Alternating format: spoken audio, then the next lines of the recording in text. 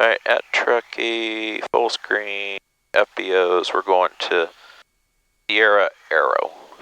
McClellan traffic, Tinker 107 departing 16, left downwind departure McClellan.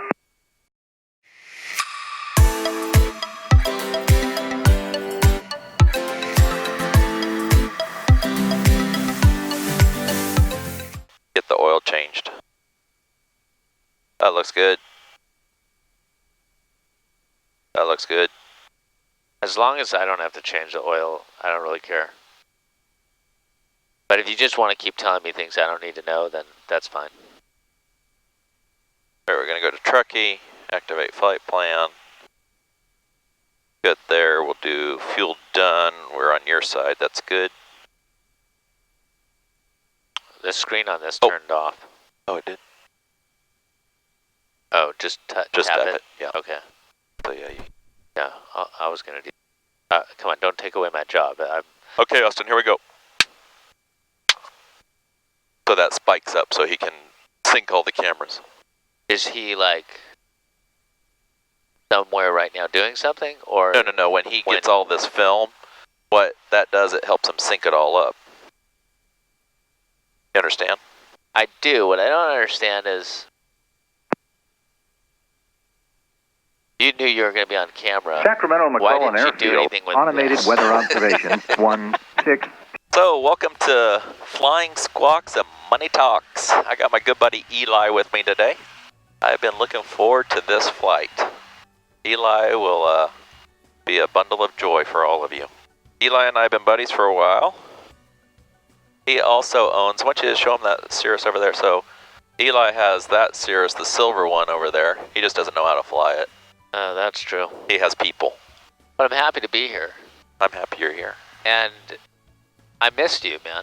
Yeah? Yeah, it's been a while. It's been a while. I got to go out with him a couple weeks ago and ride in his, well, it was probably 3 weeks ago, beautiful convertible Chevelle 69. It's a 1971 Chevelle Malibu convertible. Beautiful. And, yeah, I got it so that I could use up more gas.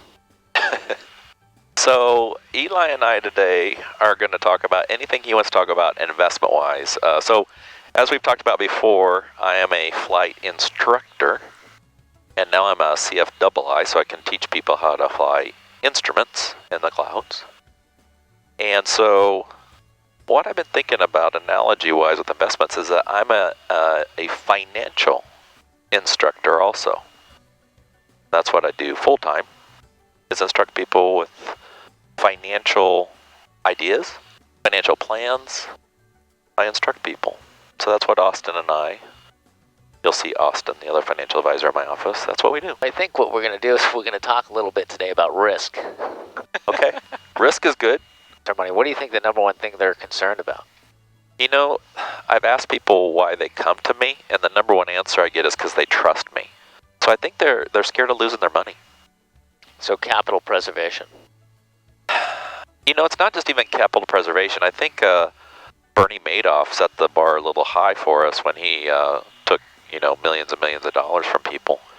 And so, and there's been many financial advisors out there that have been dishonest, and they called themselves financial advisors. They weren't necessarily regulated under our industry, but and have stolen people's money. So that's the first step, is just trusting. I mean, especially when a person gets close to retirement, that's all the money that they've saved up, and they're not planning on going back to work. They don't want to.